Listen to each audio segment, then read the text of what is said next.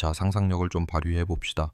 교도관 대신 죄수들이 왕처럼 군림하는 교도소가 있습니다. 그 안에는 버젓이 영업 중인 나이트클럽과 수영장이 있고 희귀한 맹수들이 우글거리는 동물원까지 갖춰져 있죠. 나라에서 네로라 하는 흉악범들이 호화 펜트하우스에 살면서 제멋대로 사형 선고까지 내리는 무법지대입니다. 영화 매드맥스 이야기냐고요? 천만에요. 이건 베네수엘라의 타코론 교도소이자 남미 최악의 범죄 조직 트렌데 아라과의 본거지 그 소름 끼치는 현실입니다. 이 조직은 태생부터가 남다릅니다. 단순히 범죄자들이 뭉쳐서 세력을 불린 일반적인 갱단과는 결이 다르거든요. 한 국가의 경제가 붕괴하고 정부 기능이 완전히 마비되었을 때 어떤 괴물이 탄생하는지를 보여주는 산증인이니까요. 감옥에서 태동한 이 조직은 교도소를 단순한 수감시설이 아닌 그 누구도 건드릴 수 없는 난공불락의 요새로 개조해버렸습니다. 마약 밀매부터 금광채굴 인신매매까지 온 나라의 검은 돈이란 돈은 전부 이곳으로 빨려 들어오고 있죠. 도대체 어떻게 죄수 무리가 정부 위에 군림하는 그들만의 나라를 세울 수 있었는지 고위 관료들은 왜 이들을 비호하는지 궁금하신가요? 그렇다면 잘 오셨습니다. 법의 경계 너머에 존재하는 트렌데 아라과 그들의 실체를 낱낱이 파헤쳐 보겠습니다. 오늘 들려드릴 이야기는 평소 우리 채널의 색깔처럼 좀 딥하고 어두운 내용입니다. 하지만 가끔은 분위기 환기가 필요할 때가 있죠. 예전에 셜록 홈즈의 모리아티에게 영감을 준 아담 워스 편처럼 말입니다. 늘 새롭고 지적인 자극을 원하시는 구독자님들을 위해 오늘은 특별히 책 한 권을 추천해 드릴까 합니다. 라이프 잡지가 역사상 가장 위대한 보석 도둑으로 꼽았던 남자 아서 베리의 일대기를 담은 책입니다. 제목은 신사와 도둑이고 딘자비 집필하고 콜리브리 출판사에서 정성스럽게 펴냈습니다. 책을 고를 때 손맛을 중요하게 생각하시는 분들도 만족하실 겁니다. 콜리브리에서 아주 감각적으로 만들었거든요. 내용은 더 기가 막힙니다. 범죄 실화 전문 작가로서 굵직한 상을 여러 번 받은 딘자비, 도둑들의 왕자라 불린 사나이의 삶을 마치 한 편의 범죄 소설처럼 맛깔나게 풀어냈습니다. 책장을 넘기면 광란의 시대라 불리던 1920년대를 무대로 물 만난 고기처럼 활약하는 아서 베리가 등장합니다. 당대 가장 대담하고 화려했던 강도 행각들을 그가 어떻게 계획하고 실행에 옮겼는지 생생하게 목격하실 수 있죠. 그가 활동 기간에 훔쳐낸 다이아몬드와 진주 각종 보석들을 현재 가치로 환산하면 무려 6천만 달러에 달한다고 합니다. 록펠러 가문부터 영국 왕실까지 당대 최고의 부자와 권력자들이 그의 타깃이 되었죠. 이 흥미진진한 이야기를 담은 신사와 도둑, 더 자세한 정보가 궁금하신 분들을 위해 링크는 설명란에 남겨두겠습니다. 자, 다시 본론으로 돌아와서 보통 라틴 아메리카의 범죄 역사는 아주 오래전으로 거슬러 올라가지만 트렌데 아라과는 지극히 현대적인 비극입니다. 모든 건 2013년 베네수엘라에서 우고 차베스가 사망하고 니콜라스 마두로가 정권을 잡으면서 시작되었습니다. 마두로의 등장과 함께 베네수엘라 경제는 그야말로 나락으로 떨어지기 시작했죠. 그때부터 경제 지표는 바닥을 모르고 추락했고 정치적 혼란은 걷잡을 수 없이 커져만 갔습니다. 2013년부터 시작된 인플레이션은 곧 하이퍼라는 수식어가 붙을 만큼 미쳐 날뛰었습니다. 상황이 그나마 진정됐다는 2023년 초에도 물가 상승률이 300에서 400%였고 최악의 시기엔 무려 13만 %라는 비현실적인 수치를 찍었으니까요. 이건 단순히 돈의 가치가 떨어지는 수준이 아닙니다. 경제라는 개념 자체가 증발해버린 겁니다. 아침과 저녁의 빵 가격이 천지 차이로 바뀌고 한 달 뼈 빠지게 일해받은 월급이 하루 만에 휴지 조각이 되는 세상에서 무슨 계획을 세우겠습니까? 결국 위기의 정점에서 공식적으로 집계된 것만 300만 명이 넘는 사람들이 살기 위해 나라를 탈출했습니다. 단기간에 벌어진 일이라곤 믿기 힘든 전시 상황에 버금가는 대규모 엑소더스였습니다. 전쟁이 난 것도 아닌데 국가 경제 규모의 4분의 3 이상이 공중분해되었습니다. 사실상 국가 파산이었죠. 결과는 참혹했습니다. 전 국민이 빈곤의 늪에 빠져버린 겁니다. 저축해둔 돈은 휴지가 됐고 일자리는 씨가 말랐습니다. 산업 기반이 무너져 내리면서 집이나 차는커녕 당장 먹을 걸 사기 위한 신용카드 한도조차 꽉 막혀버렸습니다. 평범하게 일해서 먹고 사는 합법적인 삶의 문이 대다수 국민에게 완전히 닫혀버린 겁니다. 하지만 아이러니하게도 범죄자들에겐 기회의 땅이 열렸습니다. 휘발유부터 달러 식량 약품까지 모든 생필품이 오직 암시장에서만 거래되었거든요. 이 모든 걸 통제하는 갱단이 실질적인 권력을 쥐게 된 겁니다. 생명줄을 쥐고 흔드니 돈이 모이고 돈이 모이니 절박한 사람들이 제 발로 찾아와 충성을 맹세했습니다. 범죄 조직이 힘 안 들이고 국가의 권력을 흡수해버린 셈이죠. 하지만 경제 붕괴만으로는 설명이 부족합니다. 결정타는 사회의 질서를 지탱하던 공공기관들의 처참한 몰락이었습니다. 그 중에서도 가장 썩어 문드러진 곳은 바로 사법 시스템이었습니다. 믿기지 않겠지만 2004년 이후 법정에서 일반 시민이 국가를 상대로 승소한 사례가 단 한 건도 없습니다. 정부는 재판에서 절대 지지 않습니다. 이건 단순히 시스템이 무능하다는 뜻이 아닙니다. 법치주의가 완전히 사망했다라는 명백한 증거죠. 사법 시스템은 권력의 신여로 전락해 독립성을 잃었고 그저 국민을 억압하고 기득권을 보호하는 도구가 되어버렸습니다. 심판관의 기능 따위는 사라진 지 오래죠. 법과 정의가 무너진 폐허 위에는 구조적인 부패가 독버섯처럼 피어올랐습니다. 이건 어쩌다 발생하는 일탈 행위가 아닙니다. 부패 자체가 시스템을 돌리는 핵심 엔진이 된 겁니다. 서류 한 장 떼는 것부터 가게 문을 여는 허가증까지 뒷돈을 찔러주고 연주를 대지 않으면 아무것도 할 수 없는 세상이 되었으니까요. 더 끔찍한 건 정부 조직과 범죄 집단이 한 몸처럼 섞이는 기현상이 벌어졌다는 점입니다. 단순한 유착관계를 넘어 공무원들이 공권력을 이용해 대놓고 삥을 뜯거나 아예 범죄 조직이 정부 요직을 차지하고 앉아 나라를 좌지우지하는 지경에 이르렀습니다. 원래 정상적인 국가라면 폭력을 쓸 수 있는 권한은 오직 국가만이 독점해야 합니다. 경찰이나 군대만이 무력을 행사할 수 있다는 뜻이죠. 하지만 베네수엘라에서는 이 공식이 산산조각 났습니다. 동네 갱단들이 특정 구역을 땅 따먹게 하듯 차지하고 그곳에 통치자 행세를 하기 시작했으니까요. 놈들은 치안을 유지해준다는 명목으로 주민들에게 보호비를 뜯어내고 자기들 입맛에 맞는 법을 만들어 강요했습니다. 당연히 그 법이란 건 범죄자들의 배를 불리기 위한 수단일 뿐이었죠. 정부와 한통속이 된 이 범죄자들의 손아귀엔 전기, 수도가스 같은 생필품 배급권까지 들어갔습니다. 당장 먹고 사는 문제가 걸려 있으니 일반 시민들은 범죄자가 싫든 좋든 그들 앞에 머리를 조아릴 수밖에 없는 비참한 현실이 펼쳐진 겁니다.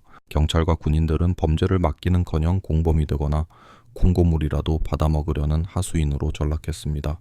이런 막장 드라마의 끝판왕을 보여주는 곳이 바로 교도소입니다. 베네수엘라의 교도소 8곳은 꽤 오랫동안 프란이라 불리는 범죄 조직 보스들의 손에 넘어가 사실상 그들만의 독립왕국이 되어버렸습니다. 그 안에는 그들만의 룰이 있고 경제가 돌아가며 유흥거리와 권력 구조가 완벽하게 갖춰져 있습니다. 교도소장이 아니라 죄수가 모든 걸 통제하는 겁니다. 국가가 범죄자들에게 너희가 알아서 운영해라라 라며 교도소 열쇠를 넘겨준 꼴이나 다름없습니다. 범죄가 법이 되는 무법지대를 만든 셈이죠.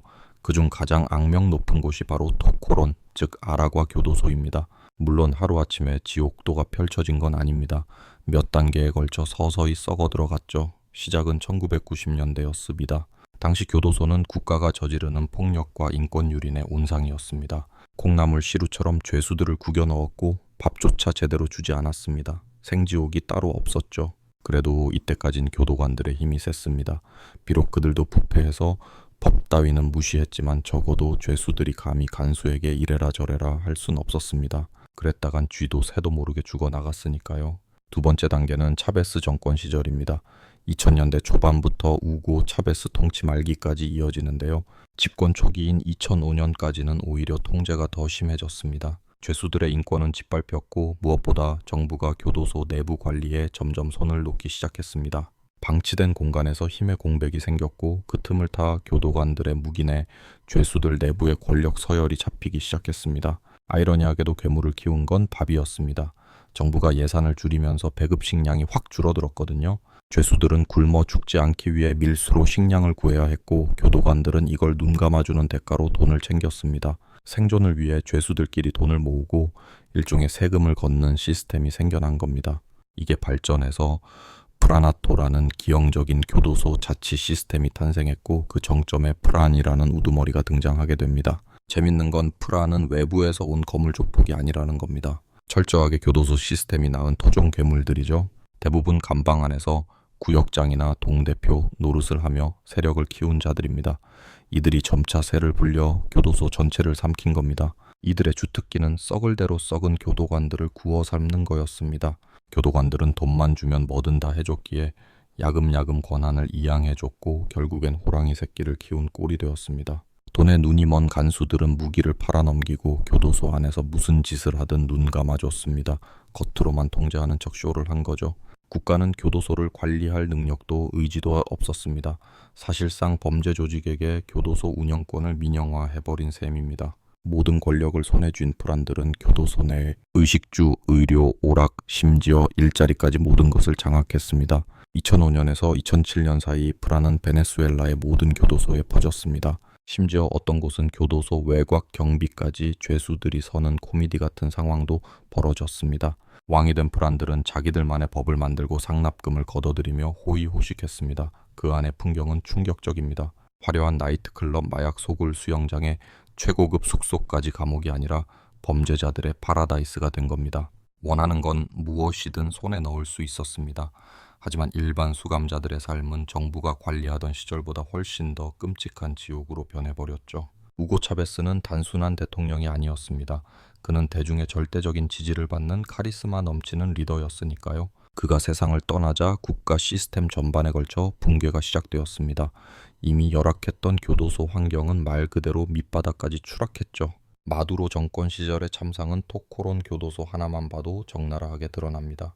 정부가 사실상 공권력을 포기해버린 무법지대였거든요. 이때부터 교도소의 실권은 프란이라 불리는 갱단 우두머리들이 장악했습니다. 폭력을 행사할 수 있는 권한을 독점한 것이죠. 오직 그들의 부하들만이 총을 찰 수 있었고 프란은 재판관처럼 수감자들의 생사를 제멋대로 결정했습니다. 교도관들조차 그들의 통제하에 있었기 때문에 돈만 낸다면 자유까지도 살 수 있었습니다. 원래 프란에게는 교도소 내 질서를 유지할 사회적 책임이 있었지만 현실은 딴판이었습니다. 2012년 이후 교도소 내 사망 원인 1위가 굶주림인 이유가 바로 여기 있습니다. 의료 지원 역시 철저히 비즈니스였죠. 돈과 권력이 있으면 치료를 받고 없으면 죽는 냉혹한 현실이었습니다. 현재 베네수엘라 교도소 10곳 중 8곳은 프란이 직접 지배한다고 봐도 무방합니다. 나머지 교도소에서도 그들의 영향력은 절대적이죠. 악명 높은 범죄 조직 트렌데 아라과의 기원을 추적하기란 쉽지 않습니다. 법적으로 확인된 첫 기록은 2014년 교도소 내 금품 갈취 사건입니다. 하지만 이들이 세상에 널리 알려진 건 2015년 정부 입장에서는 치욕스러웠던 경찰 작전 실패 때문이었습니다. 이건 잠시 후에 자세히 다루겠습니다. 조직의 이름인 트렌데 아라과는 아라과 열차라는 뜻입니다. 태생지가 아라과주이다 보니 언론에서는 이름의 유래에 대해 그럴싸한 가설을 내놓았죠. 차베스 집권기인 2006년 아라과주에는 대규모 철도 건설 계획이 있었습니다. 히라르도트 지역을 중심으로 야심차게 공사가 시작되었으나 2000년대 후반 자금 부족과 만연한 부정부패 무능한 행정이 겹치면서 프로젝트는 멈춰버렸습니다. 공사 현장은 흉물스럽게 방치됐고 미완성된 철로와 버려진 장비들만 덩그러니 남게 되었죠. 가장 큰 피해자는 역시 노동자들이었습니다. 하루아침에 일자리와 퇴직금은커녕 생계대책도 없이 쫓겨났으니까요. 그들에게 남은 건 짓다 만 건물뿐이었고 그곳은 곧 범죄 조직이 자라나는 인큐베이터가 되었습니다. 트렌데 아라과 역시 이곳에서 탄생했다는 설이 유력합니다. 하지만 조직 수뇌부와 가까웠던 얀드레스라는 인물은 다른 주장을 합니다. 그들이 단순히 거대 조직인 트렌델야노의 위명을 따라하고 싶어서 비슷한 이름을 지었다는 것이죠. 진실은 아마 그 중간 어디쯤일 겁니다. 해고된 철도 노동자 출신의 갱단이 실제로 존재했을 가능성이 큽니다. 그러다 그들 중 일부가 토코론 교도소에 수감되면서 새로운 리더를 만나 완전히 다른 괴물로 진화한 것이죠. 현재 이 조직을 움직이는 건 3명의 아버지라 불리는 동등한 위치의 보스들입니다. 니뇨 게레로, 요한 페트리카 그리고 레리 창카가 그들이죠. 공식적으로는 니뇨 게레로가 1인자지만 그는 주로 교도소 내부 관리에 집중하고 조직은 이미 담장을 넘어선 지 오래입니다. 초기 역사에는 2명의 거물이 더 있었습니다. 칼리토스 브레이커로 불린 카를로스 라파엘과 엘치노 페드레라라는 별명의 호세 가브리엘이었죠. 특히 마라카이 출신인 엘치노는 베네수엘라 아무카에서 무시 못할 존재였습니다. 2016년 그는 군부대가 주둔하는 대도시에 독단적으로 통행 금지령을 내릴 정도였으니까요. 누구도 감히 그 명령을 어기지 못했습니다. 하지만 그로부터 불과 2주 뒤 그는 싸늘한 주검이 되었습니다. 자신의 힘을 너무 과시한 탓에 경호원들에게 배신당한 것으로 보입니다. 그가 바로 트렌데 아라과의 초기 무력을 구축한 장본인이었죠. 또 다른 창립 멤버 칼리토스 브레이커는 그보다 앞선 2015년에 제거당했습니다. 당시 마약 수익을 둘러싼 조직 내 피비린내 나는 전쟁이 있었거든요. 칼리토스는 분배 규칙을 어겼고 대가는 혹독했습니다. 놀랍게도 이 사건은 국가 최고 권력층과 연결됩니다. 도망난 칼리토스의 시신 사진이 마두로 대통령의 영부인 실리아 플로레스의 조카들 휴대폰에서 발견된 겁니다. 그들이 암살에 개입했다는 정황은 있었지만 사건은 흐지부지 묻혀버렸죠. 어쨌든 이들은 바깥 세상의 리더였을 뿐입니다. 진짜 우두머리들은 교도소라는 그들만의 요새 안에 있었으니까요. 토코론 교도소는 완벽한 계급 사회입니다. 피라미드 꼭대기에는 소년 전사라는 뜻의 니뇨 게레로, 본명 액토르 게레로 플로레스가 군림하고 있습니다. 그곳에서 그는 프라니자 절대 군주입니다. 거미줄처럼 뻗어있는 신복들과 무자비한 통제 시스템을 통해 자신의 왕국을 철권 통치하고 있죠. 누구도 그의 허락 없이는 숨조차 크게 쉴 수 없는 곳이 바로 토코론입니다. 이 거대한 범죄 기업은 교도소 담장을 넘어 남미 전역으로 뻗어나가고 있습니다. 단순한 갱단을 넘어선 국가 안에 또 다른 국가가 되어버린 셈이죠. 과연 베네수엘라 정부는 이 괴물을 다시 통제할 수 있을까요? 아니면 이미 너무 늦어버린 걸까요? 니뇨 게레로 바로 밑에는 그를 바치는 거물급 간부 2명이 더 버티고 있습니다. 이 셋이 뭉쳐서 사실상 교도소의 모든 살림과 범죄 사업을 주무르는 이른바 삼두 정치 체제를 구축했죠. 이들은 교도소 내에서도 백만장자의 거리라 불리는 특별 구역의 호화 아파트에 사는데 게레로 본인은 수영장과 바비큐 파티장까지 딸린 대저택에서 황제처럼 지냅니다. 이들은 감옥 안을 제 집 안방처럼 활보하고 온갖 특권을 누리며 부하들에게 명령을 내립니다. 이 핵심 이너서클에 들어가려면 조직을 위해 목숨을 걸고 확실한 실적을 증명해야만 합니다. 물론 게레로의 눈에 들어야 하는 건 기본이고요. 원칙적으로는 조직에 큰 이득을 가져다준 신입이라면 이 지도부의 일원이 될 기회가 열려 있습니다. 해외 각지에서 조직의 손발이 되어 활동하는 몇몇 간부들도 이들과 동등한 대우를 받는다는 이야기가 있지만 철저히 베일에 쌓여 있어 공식적으로 확인된 바는 없습니다. 그 바로 아래 등급으로는 루세로스테라 알타, 우리말로는 고위층의 별이라 불리는 간부들이 있습니다. 이들은 보스들의 최측근으로 감옥 밖에서 활동하는 믿을만한 대리인들입니다. 보스의 지시가 떨어지면 언제든 감옥 밖으로 나가 베네수엘라는 물론 남미 전역에 뻗어있는 트렌데 아라과의 범죄 사업을 지휘하죠. 말하자면 조직의 손발이 되어 바깥 세상의 구역 관리와 불법 비즈니스를 조율하는 실세들인 셈입니다. 물론 이들 역시 교도소 내에서 막강한 권력과 존경을 받습니다. 이들이 조직의 뇌와 신경망 역할을 한다면 그 다음 계급인 루세로스 데라 바하, 즉 하위층의 별은 감옥 안팎에서 지도부의 지배력을 유지하는 무력 담당, 즉 행동대장들입니다. 그 아래에는 가리테로스라는 감시망 조직이 거미줄처럼 퍼져 있습니다. 이들은 교도소 곳곳에 흩어져서 24시간 내내 모든 구역을 감시하는 정보원 역할을 합니다. 반란의 징조나 규칙 위반 혹은 조직의 위협이 될 만한 모든 상황을 보고하는 게 이들의 임무죠. 교도소 먹이사슬의 맨 밑바닥에는 만차도스, 즉 얼룩진 자들이라 불리는 불가촉천민들이 있습니다. 가장 비참하고 굴욕적인 삶을 사는 이들은 극도의 빈곤과 공포 속에서 하루하루를 연명합니다. 이곳으로 떨어지는 이유는 크게 두 가지입니다. 첫째, 매주 상납해야 하는 15달러의 보호비, 일명 카우사를 못 냈거나 둘째, 교도소 내 불문율을 어기고 범죄를 저질렀을 경우입니다. 만차도스는 체크무늬나 줄무늬 혹은 눈에 확 띄는 긴팔 셔츠를 강제로 입어야 해서 누가 봐도 저놈은 죄인이다 라고 낙인 찍히게 됩니다. 이들이 사는 곳은 오물과 쓰레기 썩은 물이 고여있는 슬럼과 같은 구역입니다. 허락 없이 구역을 벗어났다가는 끔찍한 구타를 당하거나 심하면 쥐도 새도 모르게 제거당할 수 있습니다.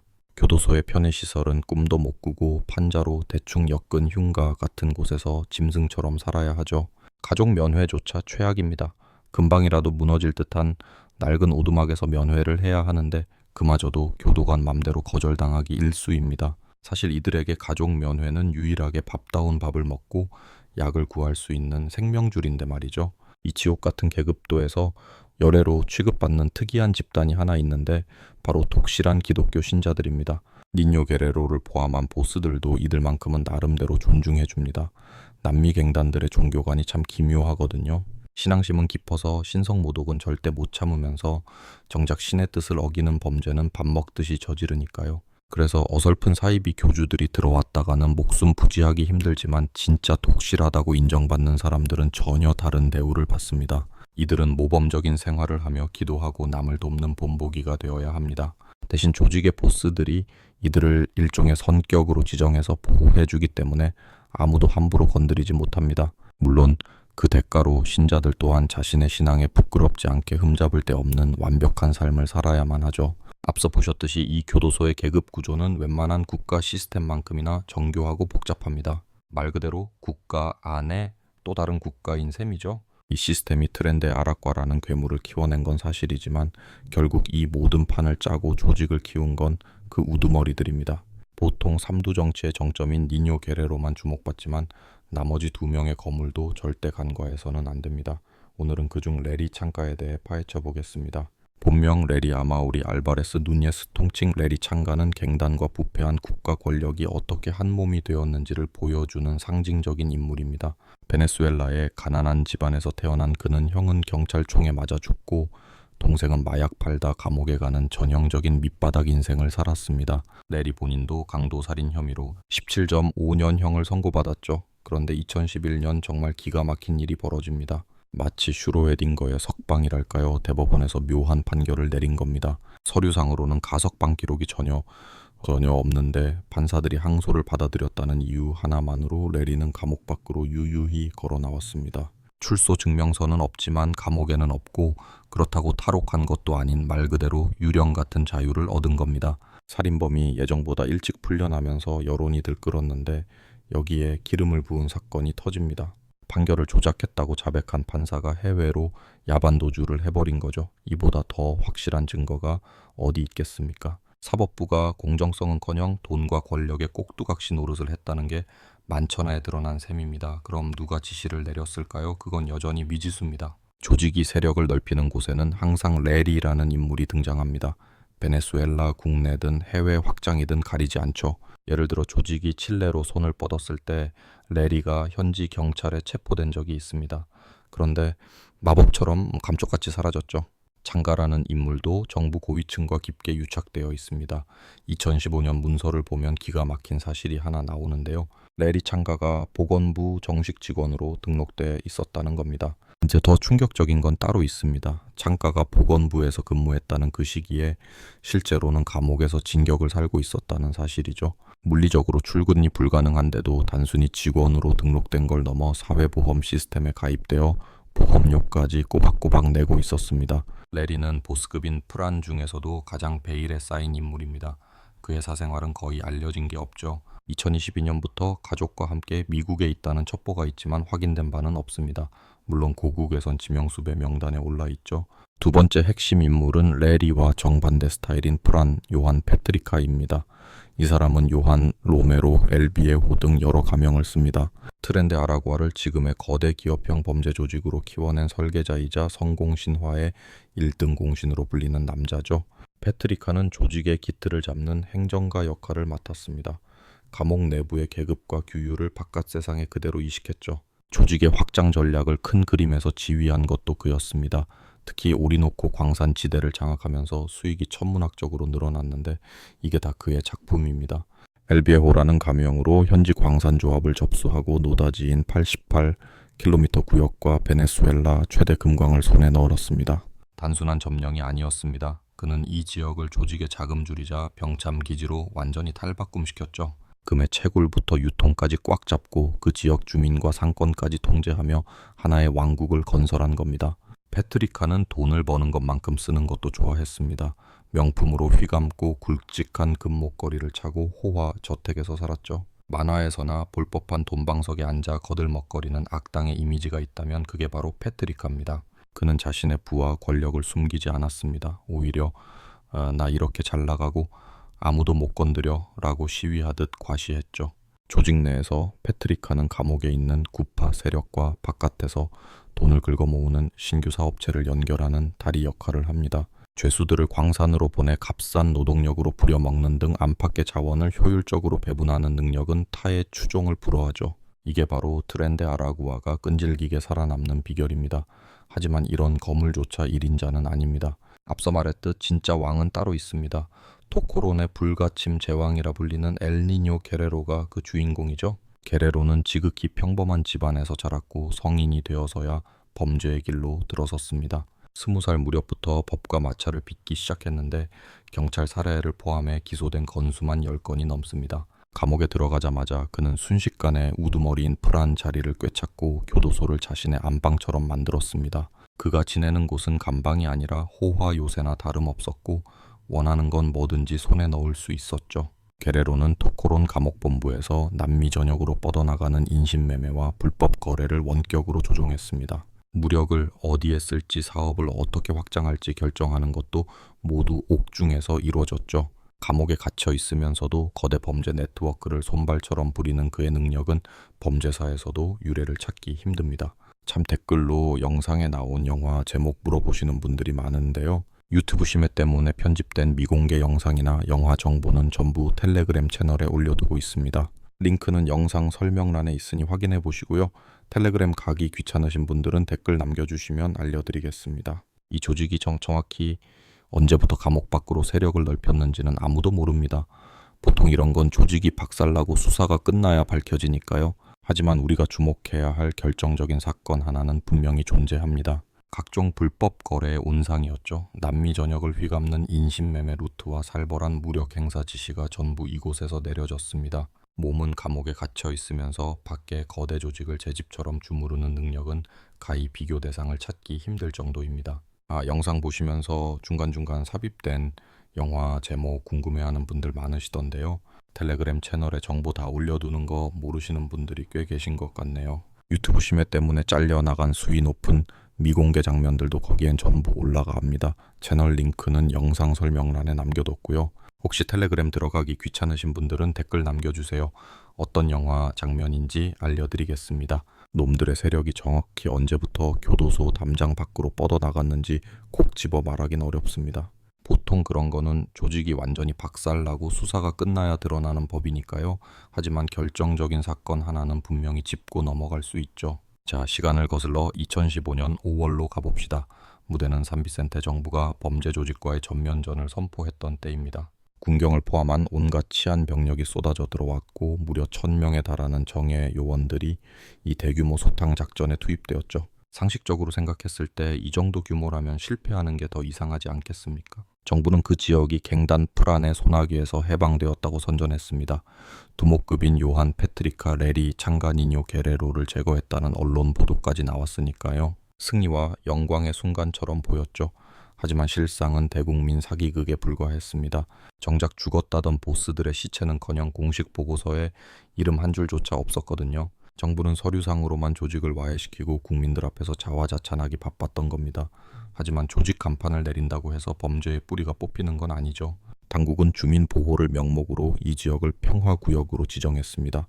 주지사와 행정기관이 알아서 상황을 통제하라는 뜻이었죠. 범죄 조직이 공식적으로는 사라졌으니 행정력만으로도 충분히 관리가 될 거라고 착각한 겁니다. 하지만 진짜 문제는 그 조직이 전혀 사라지지 않았다는 데 있었습니다.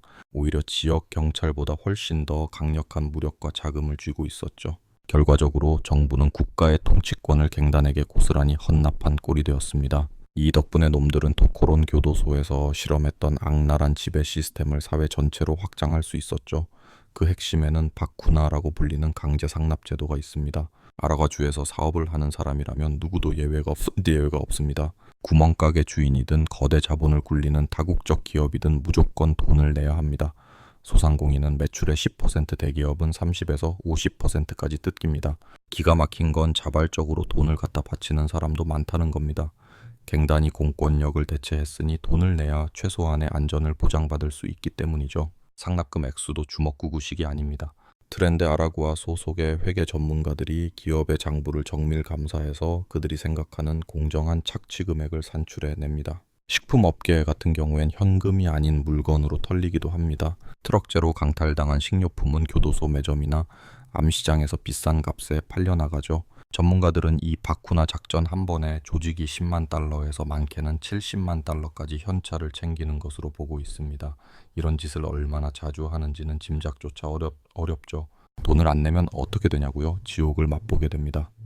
2019년 푸이그 공장 사건을 예로 들어보죠. 상납을 거부하자 조직원들이 무장하고 쳐들어가 공장에 불을 질렀습니다. 더 악랄한 건 소방차가 출동하자 소방관들을 향해 총을 쏴대며 진입을 막았다는 겁니다. 공장이 완전히 잿더미가 되어 회생 불가능해질 때까지 말이죠. 다 타고 나서야 불을 끄게 해줬습니다. 놈들은 소모스 엘 바리오 JK라는 유령 재단을 세워 합법을 가장하기도 했습니다. 기부금 명목으로 갈취한 돈을 모으고 온갖 더러운 범죄 수익을 세탁하는 창구로 썼죠. 심지어 이들은 사법부 행세까지 했습니다. 주민 간의 다툼이나 사업자 간의 분쟁이 생기면 법원이 아니라 토코론 교도소나 산비센테의 아지트로 가서 갱단 간부에게 판결을 받았습니다. 병원, 학교, 식료품점, 상수도 시설 같은 필수 인프라까지 놈들의 소나귀에 들어갔습니다. 직접 운영하진 않더라도 감시자를 심어놓고 자신들에게 충성하며 돈을 바치는 사람만 이용하게 해준 겁니다. 이들의 다음 타깃은 볼리바르 주 라스 클라리타스의 금광이었습니다. 2015년 요한 페트리카는 죄수들로 구성된 사병을 이끌고 그곳으로 향했습니다. 기존에 있던 영세 광부들이나 라이벌 조직들을 무력으로 찍어 눌렀죠. 공개 처형은 기본이고 시신을 토막내는 끔찍한 만행을 저지르며 공포로 지역을 평정했습니다. 금광을 장악한 뒤에는 두 가지 방식으로 경제 생태계를 구축했습니다. 첫째는 직접 채굴입니다. 원주민과 이주민 그리고 외부에서 끌고 온 죄수들을 노예처럼 부리며 주요 광맥을 파헤쳤습니다. 둘째는 그 땅을 밟고 있는 모든 인간에게 통행세를 걷는 겁니다. 개인 채굴자, 상인, 가게 주인, 심지어 성매매 종사자들까지 베네수엘라의 엘도라도에 있으려면 무조건 돈을 내야 했죠. 베네수엘라에서 가장 많은 금이 매장된 이곳은 캐나다의 한 기업이 세계 4위급 잠재력을 가졌다고 극찬했던 땅입니다. 하지만 지금은 감옥의 법칙이 지배하는 무법지대로 전락했죠. 명심해야 할 건 이곳의 실질적인 정부는 바로 갱단이라는 점입니다. 금을 캐는 다국적 기업들도 이들에게 수익의 일정 부분을 떼어줍니다. 갱단 입장에선 직접 금을 캐는 게 번거롭고 관리도 어려우니 남이 캐놓은 것에 빨대를 꽂는 방식을 선호하긴 하지만 어쨌든 채굴도 병행하고 있습니다. 갱단을 지탱하는 또 다른 기둥은 마약입니다. 그런데 여기서 트렌데 아라구아만의 독특한 점이 드러납니다. 보통의 카르텔처럼 대규모로 마약을 제조해서 해외로 수출하는 데에는 큰 관심이 없습니다. 물론 교도소 내부에서는 마약 사업이 활발하지만 이는 어디까지나 자체 수요를 충족하는 수준이죠. 물론 마리화나도 있고 심지어 합성 마약을 찍어내는 제조 시설까지 교도소 안에 갖추고 있습니다. 하지만 솔직히 말해서 이건 새 발의 피에 불과해요. 여러 추산치를 종합해보면 교도소 내부 거래로 조직이 벌어들이는 돈은 기껏해야 20-30만 달러 수준입니다. 죄수들이 물건을 떼다가 재판매하는 수익까지 영혼을 끌어모아 계산해도 연간 100만 달러 남짓인데 이 거대 조직의 규모를 생각하면 푼돈이나 다름없죠. 진짜 노다지는 따로 있습니다. 바로 마약 운송 루트죠. 국제적인 중범죄 마약 카르텔의 물류가 이 조직이 장악한 구역을 반드시 통과하거든요. 콜롬비아산 코카인은 아프레와 타치라 주 경계를 넘어 베네수엘라를 관통한 뒤 수크레주의 해안 도시 카루파노로 이동합니다. 여기서부터는 위장술이 기가 막힙니다. 겉보기엔 평범한 어업 회사나 통조림 공장이지만 실제로는 마약을 포장해서 어선에 실어 카리브해 섬나라들이나 유럽으로 밀반출하는 전초기지인 셈이죠. 위험천만하지만 그만큼 수익은 확실합니다. 트렌데 아라구아는 이 과정에서 물건의 주인인 거대 카르텔을 위해 물류와 경호를 책임지는 일종의 고액 연봉을 받는 보안업체 역할을 합니다. 당연히 그 대가로 천문학적인 수수료를 챙기죠. 정확히 얼마냐고요? 그건 아무도 모릅니다. 이 검은 돈의 흐름을 꿰고 있는 수뇌부나 핵심 간부들이 아직 잡히지 않아서 정확한 액수는 베일에 쌓여 있는 상태입니다. 또 다른 수입원은 납치와 인신매매입니다. 가장 세상을 떠들썩하게 만들었던 사건은 2017년 1월에 터졌는데요. 베네수엘라에 살던 스페인 남성이 경찰 행세를 하는 무장 괴한들에게 납치당했습니다. 함께 있던 형제는 몸값 50만 유로를 구해오라는 협박과 함께 풀려났죠. 놈들은 돈을 빨리 받아내려고 인질의 신체 일부를 절단해 가족에게 보내는 잔혹함까지 보였습니다.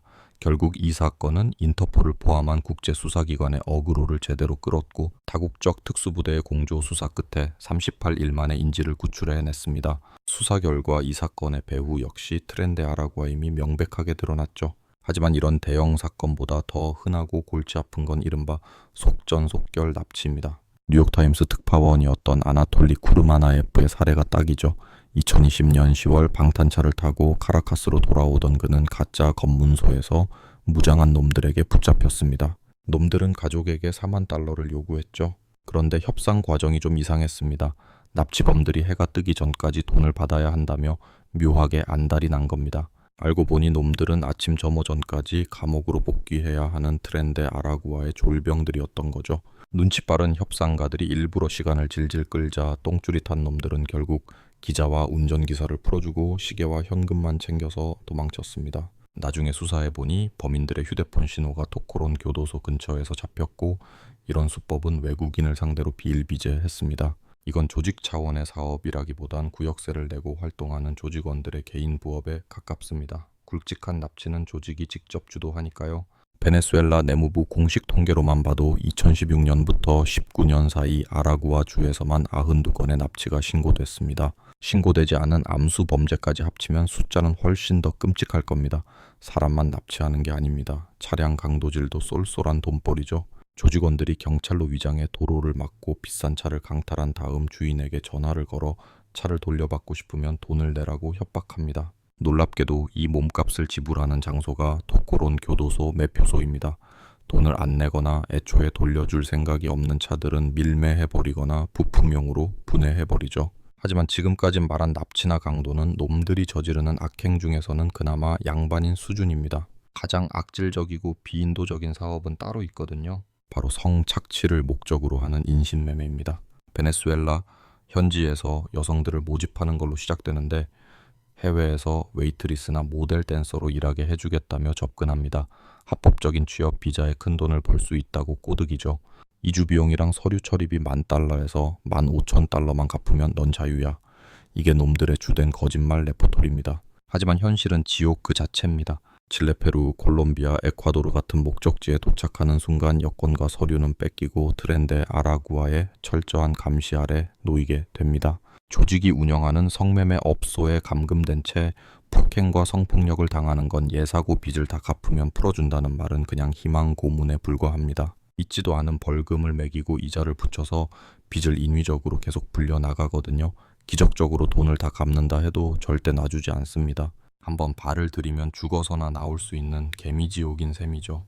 여전히 많은 여성들이 자유를 꿈꾸며 국경을 넘지만 그녀들을 기다리는 건 포주가 된 갱단원들의 무자비한 착취뿐입니다. 이런 악랄한 시스템이 국제적으로 퍼져나가고 있다는 게 더 큰 문제입니다. 남미 전역에 뿌리내린 이 조직은 단순한 갱단을 넘어 이제는 거대한 다국적 범죄 기업처럼 움직이고 있습니다.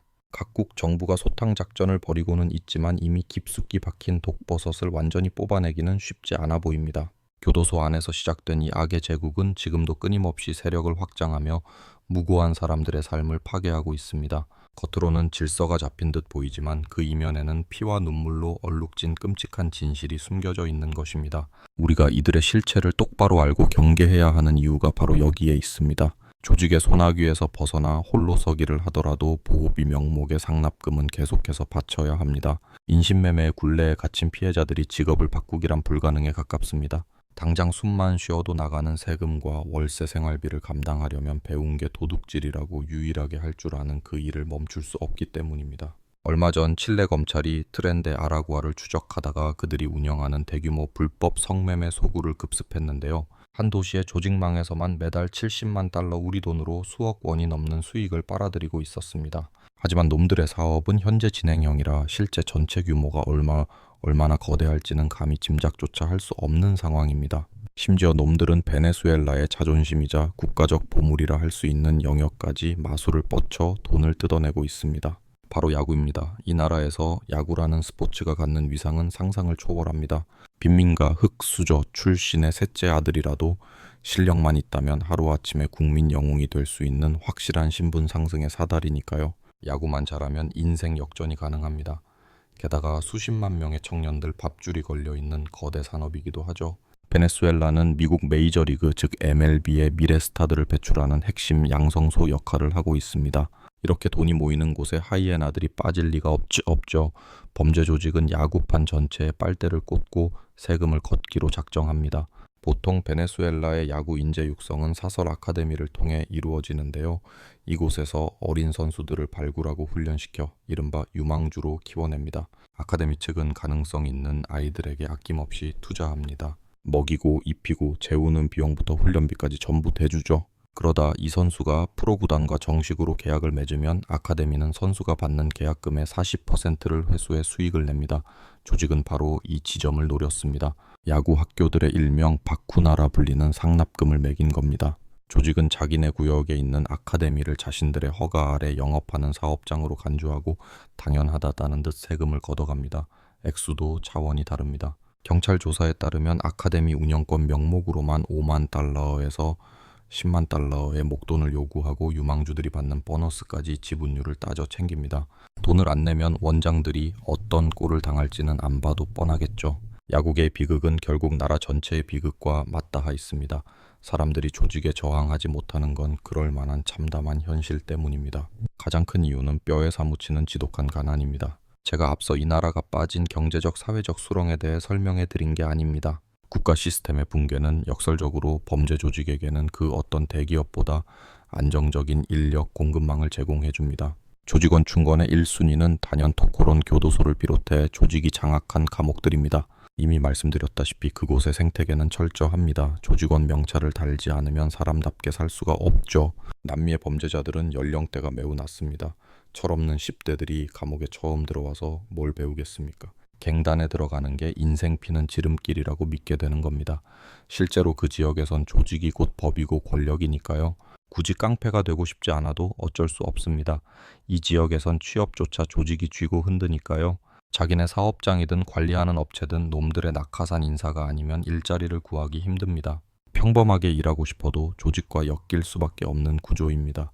놈들의 승인 도장 없이는 먹고 사는 것조차 불가능한 지역이 태반이니까요. 이 지옥을 벗어나려고 발버둥 치는 사람들도 마수는 피할 수 없습니다. 국경을 넘으려는 절박한 이민자들은 또 다른 덫에 걸려듭니다. 밀입국을 도와주겠다며 접근해서는 감당 못할 빚을 지워 노예로 만들거나 강제로 마약 운반책으로 부려먹습니다. 거절하거나 도망치려 했다간 본보기로 처참하게 살해당합니다. 조직을 속이려던 대가는 죽음뿐이라는 걸 보여주는 거죠. 최근 몇 년 사이 조직 내부 구성원에도 흥미로운 변화가 감지되었습니다. 놈들이 활동 무대를 국제적으로 넓히면서 인재를 보는 눈이 달라진 건데요. 예전처럼 빈민가나 감옥에서 주먹 쓰는 망나니들만 모으는 게 아닙니다. 더 높은 수준의 인재들을 영입하기 시작했죠. 이른바 화이트칼라 범죄자들이 합류한 겁니다. 멀쩡한 민간 기업 출신의 전문 경영인들을 스카우트해서 상납금 수금 시스템을 체계적으로 관리하고 수익 구조를 훨씬 더 안정적으로 다듬고 있습니다. 안정이 곧 돈이니까요. 심지어 유능한 변호사 군단까지 거느리고 있습니다. 이들은 조직이 진출한 지역의 기업들과 비즈니스를 조율합니다. 이건 더 이상 야만인이 몽둥이 들고 협박하는 수준이 아닙니다. 양복 입은 신사들이 계약서를 들이밀며 법적 권리를 따지는 고도로 계산된 법률 분쟁이 된 것이죠. 한쪽 당사자가 악명 높은 범죄 조직이라는 사실은 서류상 아무런 문제가 되지 않습니다. 거대 자본 입장에선 계약 조건을 확실하게 이행할 힘만 있다면 파트너가 누구든 상관없으니까요. 명목상의 땅 주인이 누구인지는 중요하지 않습니다. 바지 사장들은 그저 떨어지는 콩고물을 챙길 뿐이죠. 진짜 주인인 조직은 따로 있습니다. 이들은 전담 회계팀을 두고 해외 합법 기업을 통해 검은 돈을 세탁합니다. 게다가 IT 전문가들까지 고용해서 사이버 보안을 철통같이 지키고 첨단 기술 투자판까지 손을 뻗고 있죠. 온라인 세계라고 다를까요? 조직은 소셜미디어와 주요 커뮤니티를 24시간 감시하며 정보를 통제합니다. 자신들에게 불리한 이야기가 새어나가지 않도록 지역 내 정보망을 쥐락펴락하는 겁니다. 조직원과 피해자들의 일거수일투족이 감시당하는 말 그대로 빠져나갈 구멍 없는 생지옥인 셈입니다. 경찰에 신고한다고요? 그건 자살행위나 다름없습니다. 국가를 믿지 못하는 건 너무나 당연한 현실이죠. 이미 범죄 조직이 권력의 심장부까지 파고들었으니까요. 랑엘 고메스 주지사만 봐도 대놓고 갱단을 비호했고 산 후안대 우나라 검문소의 군인들은 마약 수송 차량의 경호원 노릇을 하고 있습니다. 경찰은 위에서 시키니 잡은 놈도 풀어주죠. 이런 막장 상황에서 국가가 지켜줄 거라 믿는 건 목숨을 담보로 한 어리석은 도박일 뿐입니다. 도대체 정부는 왜 손을 놓고 있을까요? 뇌물 같은 뻔한 이유 말고도 더 소름 끼치는 속사정이 있습니다. 현 정권 입장에서 이 갱단은 아주 쓸모있는 도구거든요. 확실한 물증은 없지만 조직을 탈퇴한 이들의 증언을 들어보면 단순히 눈 감아주는 수준이 아닙니다. 정부 기관이 이들을 비공식 용역 깡패처럼 부리고 있다라는 거죠. 특히 나라가 발칵 뒤집혔던 2017년과 2019년의 대규모 시위 사태를 보면 그 유착 관계가 명확해집니다. 당시 정권은 시위를 무력으로 짓밟기 위해 감옥에 있는 죄수들을 동원하는 기상천외한 방법을 썼습니다. 교정 당국과 부패한 관리들이 중간다리가 되어 범죄 조직 수뇌부와 은밀한 거래를 튼 겁니다. 그 중심에는 토코론 교도소를 지배하는 범죄자들의 왕프란들이 있었습니다. 정부는 이들에게 돈과 특혜, 그리고 정치적 편의를 봐주는 대가로 죄수들로 구성된 사설 부대를 빌려 썼습니다. 단순히 감옥 문을 열어준 게 아니라 이들을 훈련된 살인 병기처럼 시위 현장에 투입한 겁니다. 정규군이나 경찰이 나서면 국제사회의 비난을 받거나 정치적으로 곤란해질 수 있는 그런 더러운 일들을 처리하기 위해서죠. 공권력의 무기난이 지휘 아래 이 죄수 부대는 그야말로 미친 듯이 날뛰었습니다. 질서 유지 천만의 말씀입니다. 그들의 임무는 잔혹 그 자체였습니다. 야당 인사들을 찾아가 협박하고 평화로운 행진을 폭력으로 짓밟았죠. 심지어 시위대 내부에 프락치로 잠입해 폭력 사태를 유발하고 시위의 정당성을 훼손하는 공작까지 벌였습니다. 더 기가 막힌 건 임무가 끝난 뒤입니다. 이들은 다시 감옥으로 돌아가 얌전히 수감 생활을 하는 척했죠. 서류상으로는 감옥에 갇혀 있었으니 어떤 범죄를 저질러도 알리바이가 완벽하게 성립되는 겁니다. 정권은 손에 피 안 묻히고 반대파를 제거해서 좋고 조직은 권력을 다져서 좋은 그야말로 악마의 계약이었죠. 이 공생관계가 얼마나 깊은지 헌병대는 이제 트렌데 아라구아 조직을 돕는 파트너가 되어버렸습니다. 가장 확실한 증거가 바로 무기 밀매입니다. 베네수엘라 암시장에 깔린 총기들의 출처를 아십니까? 놀랍게도 군수산업을 독점하는 국영기업 카빔입니다. 군대에 가야 할 무기가 갱단으로 흘러들어가는 거죠. 군 창고에서 슬쩍하거나 부패한 군인들이 뒷돈을 받고 팔아 넘긴 덕분에 갱단은 정식 군용 장비로 무장했습니다. 일선 경찰들이 가진 낡은 권총보다 훨씬 강력한 최신형 소총과 탄약을 범죄자들이 휘두르는 세상이 된 겁니다. 물리적인 영토 장악력도 공권력의 비호 없이는 불가능한 수준입니다. 교도소 경비를 선다는 방위군을 볼까요? 이들은 사실상 갱단 수뇌부가 있는 교도소 안쪽을 보호해주는 사설 경비업체나 다름없습니다. 덕분에 조직의 핵심 본부는 난공불락의 요새가 되었습니다. 다른 조직이 쳐들어오려 해도 정규군이 막아주니까요. 사법 시스템도 썩을 대로 썩었습니다. 법무부와 교정 시스템 전체가 뇌물로 얼룩져 있죠. 앞서 조직 간부들이 고위층 신분을 증명하는 서류를 가지고 다닌다고 했는데 이게 웃지 못할 총극입니다. 위조 여권 같아 보이죠? 아닙니다. 정부 데이터베이스에 정식 등록된 진짜 여권들입니다. 단지 한 사람이 여러 개의 이름을 가지고 있을 뿐이죠. 감옥에 있어야 할 죄수가 다른 이름의 여권을 들고 유유히 해외여행을 다니는 게 가능한 이유입니다. 범죄자와 국가가 한 몸이 된 이 현실, 정말 끔찍하지 않습니까? 이런 유착이 얼마나 위험한지는 두말하면 입 아픕니다. 국가 시스템 자체가 범죄를 위한 거대한 숙주가 되었으니까요. 그들은 서류상으로 존재하지 않는 유령이 되어 전 세계를 누비며 범죄 네트워크를 확장하고 있습니다. 법무부 관리들이 발급해준 진짜 가짜 신분증 덕분에 인터폴의 수배망도 무용지물이 되는 거죠. 결국 베네수엘라 국민들은 범죄 조직과 정부라는 두 개의 거대한 폭력 집단 사이에 끼어 신음하고 있습니다. 탈출구 없는 미로에 갇힌 쥐꼬리 된 셈인데 이 거대한 카르텔을 무너뜨릴 방법이 요원해 보입니다. 권력과 범죄가 샴쌍둥이처럼 붙어버린 이 상황 단순히 부패라고 부르기엔 너무나 거대하고 치밀한 악의 시스템입니다. 전과 기록을 세탁해 줌으로써 국가가 범죄자들을 통제할 수 있는 명분 자체를 아예 없애버리는 시스템입니다. 거물급 범죄자가 고위 관직에 오르거나 공무원이 되는 것도 식은 죽 먹기죠. 서류상으로는 티끌 하나 없는 깨끗한 새 신분을 언제든 갈아 끼울 수 있으니까요. 이건 어쩌다 한 번 있는 특혜가 아니라 조직적으로 잘 굴러가는 하나의 사업 모델입니다. 물론 조직 수뇌부와 정부의 유착관계도 끈끈하고요. 아라구아 주지사가 타코론 교도소까지 직접 행차해서 트렌데 아라구아의 보스 니뇨 게레로와 협상 테이블에 앉았다는 건 공공연한 비밀입니다. 인력이 필요할 때마다 보스에게 사람을 좀 빌려달라고 요청하거나 조직 간 구역 다툼이 치열할 때 휴전을 부탁하기도 했죠. 현재 이 나라의 고위 정치인들이 해당 범죄 조직의 정식 조직원이라는 확실한 물증은 없습니다. 하지만 조직 내부 사정을 잘 아는 전직 조직원들의 증언에 따르면 금광에서 나오는 막대한 수익의 상당 부분이 정부 기관을 먹여 살리는 자금줄로 흘러 들어간다고 합니다. 이를 뒷받침하는 결정적인 정황 증거도 있습니다. 바로 2011년부터 2020년까지 교정부 장관을 지내다 아라구아 주지사로 영전한 마리아 이리스 발레라의 행보입니다. 그녀는 장관 시절 인터뷰 때마다 입버릇처럼 국가가 교도소를 완벽하게 통제하고 있다고 선전했습니다. 발레라와 교정 당국은 교도소 내 범죄 조직 지배 시스템인 일명 프란 모델의 존재 자체를 강력하게 부인해왔죠. 2014년에 진행된 공식 인터뷰에서도 그녀는 지방 교도소 내 프란 조직을 완전히 뿌리 뽑았다고 큰소리쳤지만 새빨간 거짓말이었습니다. 그녀가 현실을 부정한 건 단순히 상황 파악을 못해서가 아니었습니다. 일종의 고도로 계산된 정치적 쇼였죠.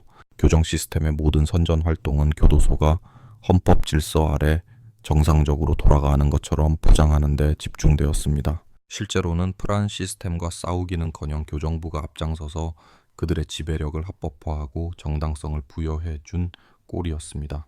이 여자가 장관 자리에 앉아 있는 동안 트렌데 아라구아는 수크레주에서 세력을 무섭게 불려 나갔습니다. 파리아 반도의 마약 유통망을 장악하기 위해 교도소 재소자들을 용병처럼 동원하는 기막힌 전략을 썼거든요. 지역 갱단과의 피 튀기는 전쟁에 참여하는 대가로 죄수들에게 자유를 약속한 겁니다. 작전이 성공하면 이 범죄자들은 실제로 석방되어 자신들이 점령한 지역을 관리하는 중간 보스로 남았습니다. 꼬리가 길면 밟히는 법이죠.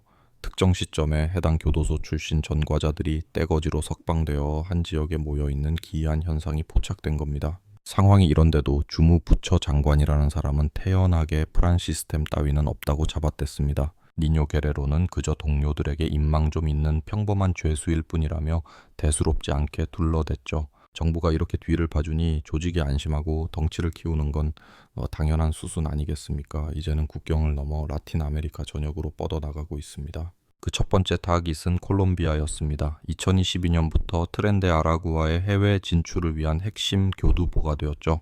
보고타 같은 대도시의 지하 경제, 특히 마약 시장을 파고들며 기존 세력을 위협하고 있습니다. 굴러온 돌이 박힌 돌을 빼내려니 당연히 사단이 나죠. 엘파이사나 오피시나 대 엠비가도 같은 토착 갱단 잔존 세력과 충돌이 잦았습니다. 가장 살벌한 전투가 벌어지는 곳은 국경지대입니다. 이곳에서 트렌데 아라구아는 콜롬비아 게릴라 조직들과 밥그릇 싸움을 벌이고 있죠. 하지만 최근에는 서로 힘만 빼기보다는 적당히 타협해서 일종의 범죄 카르텔 동맹을 맺는 방향으로 선회하고 있습니다.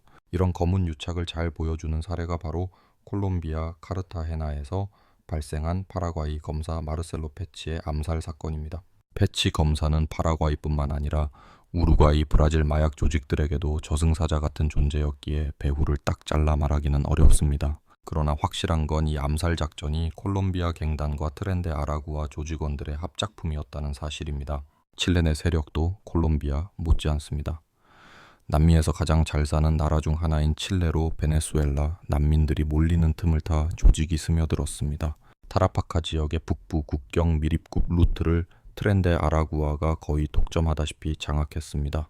이 길을 지나려는 이주민이나 다른 범죄자들에게 통행세를 뜯어내고 지역 내 흔치 않은 마약인 케타민 유통망까지 깔아놨습니다. 페루, 에콰도르, 브라질에서도 트렌데 아라구아는 각 나라의 지리적 특성과 범죄 환경에 맞춰 맞춤형 전략을 구사합니다. 페루는 이들의 해외 진출이 최초로 공식 확인된 국가인데 이곳으로 사람을 밀입국시키는 루트를 꽉 쥐고 있는 것으로 파악됩니다. 브라질의 경우 호라이마주 국경을 통해 침투한 뒤 세력을 넓히고 있습니다.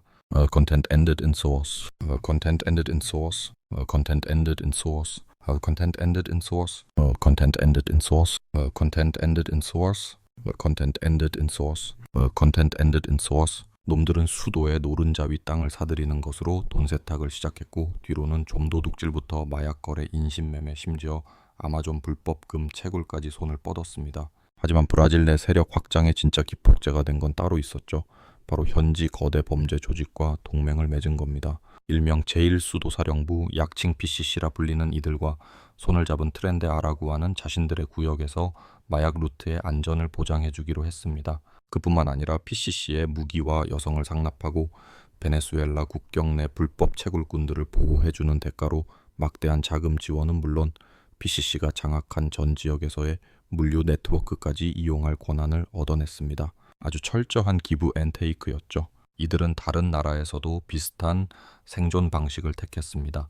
상대가 약하면 힘으로 찍어 누르고 체급이 비슷하면 동맹을 맺고 텃세가 심한 곳에선 돈으로 매수하는 식의 유연함을 보였죠. 하지만 모든 곳에서 승승장구한 건 아니었습니다. 아르헨티나에서의 사업은 영 신통치 않았거든요. 해외 자금 세탁을 총괄하던 거물급 리더 기에르모 바스칸 브라초가 덜미를 잡힌 게 컸습니다.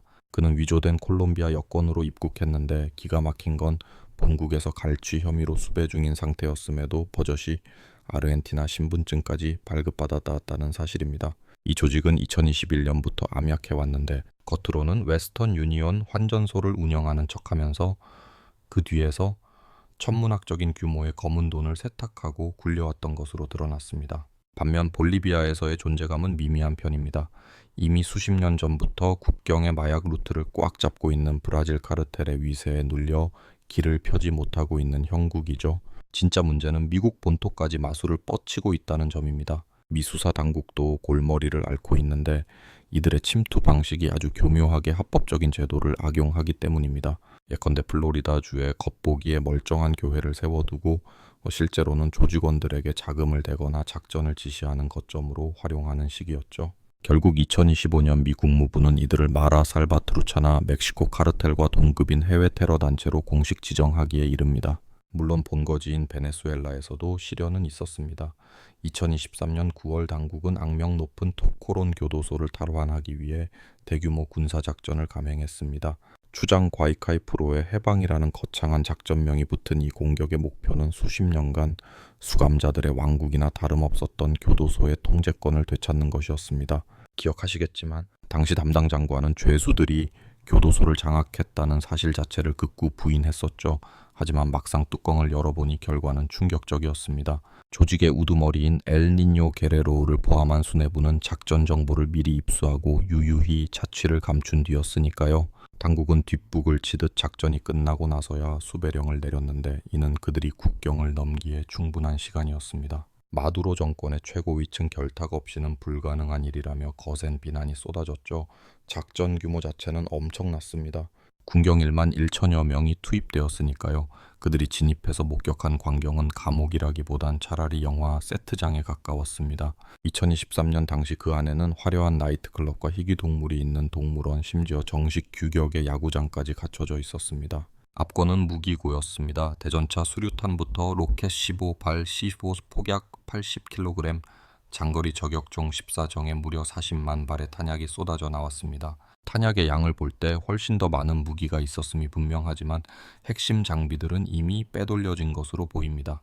비록 교도소라는 껍데기는 되찾아야지만 이걸 승리라 부르기엔 민망한 수준입니다. 조직의 가벼운 생채기만 냈을 뿐 주변 지역에서의 영향력은 여전히 건재하니까요.